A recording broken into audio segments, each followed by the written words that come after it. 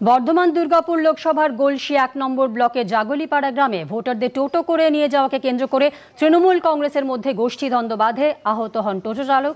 Police ঘটনাস্থলে এসে পরিস্থিতি নিয়ন্ত্রণে আনে।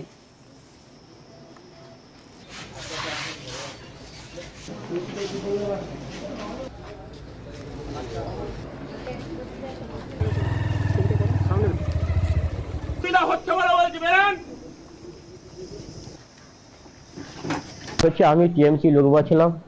আমি মোহাম্মদ মোল্লার দল করি। মোহাম্মদ মোল্লা আমাকে ভাড়া করেছে, আমি লোক নিয়ে যাচ্ছিলাম। কিছু গুন্ডা বাহিনী যেরকম জাকির মোল্লা, তার বাবা রজব, সজনে, কোচিনা, লড়ু মোল্লা, এরা আমাকে আক্রমণ করে। সৈরব, জাদে আলম, এরা আমরা আক্রমণ করে আমাকে। বলছে লোক বলতে পাবি না, তুই বলছে লোক বলতে পাবি না। আমাকে বলছে নাকি তুই সিপিএম করি। আমি বললাম না, আমি তৃণমূল লোক বাঁচছি।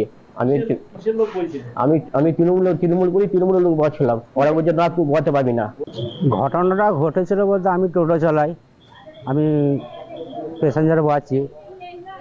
সামান্য এই একটা কি একটা ঠেলাঠেলি হয়েছে ভোটের এখানে। আমি আমার টোটো বাঁচছি, মই ঠেলা গেছি।